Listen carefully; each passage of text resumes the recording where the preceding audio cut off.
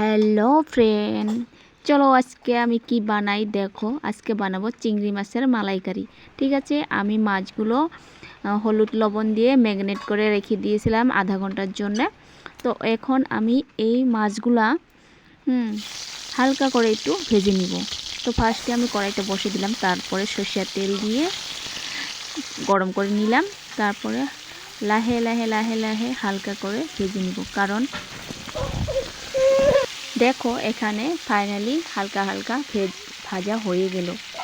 তো বেশি ভাজলে মানে মাছগুলা শক্ত হয়ে গেলে খেতে বেশি ভালো লাগবে না। তো এইভাবে দেখতে থাকো সম্পূর্ণ ভিডিওটা। আমি এখন নামিয়ে নিচ্ছি মাছগুলা একে একে।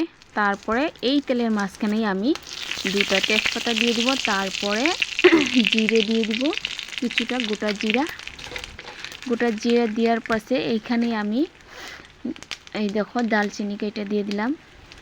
দেওয়ার পরে এটা অল্প একটু গরম করে নিয়ে তারপরে এইখানে আমি একে একে যত জি মশলা আছে আমি অ্যাড করব। তো আদা রসুন পেস্টটা আমি দিয়ে দিলাম।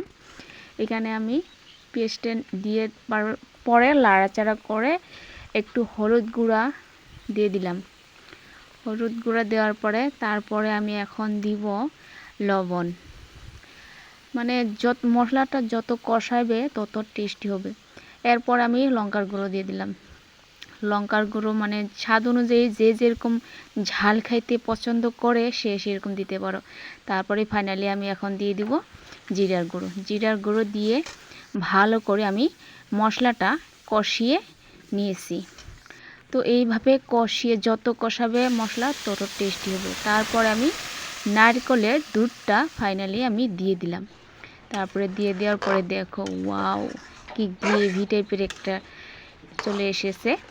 এখানে আমি অ্যাড করে দিব সেই হালকা ভেজে রাখা চিংড়ি মাছগুলা। ঠিক আছে, দিয়ে তারপরে আমি এখানে চাপা দিয়ে ঢেকে রেখে দিব।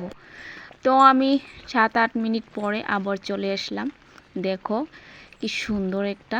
এখানে আমি লাস্ট পর্যায়ে গরম মশলা অ্যাড করে দিয়ে তারপরে কাঁচা লঙ্কা দিয়ে একটু ভালো করে অল্প একটু 2-1 মিনিট লাড়াচাড়া করে তারপরে দেখো ফাইনালি আমার চিংড়ি মাছের malai curry. Wow, so gravy. Thank you.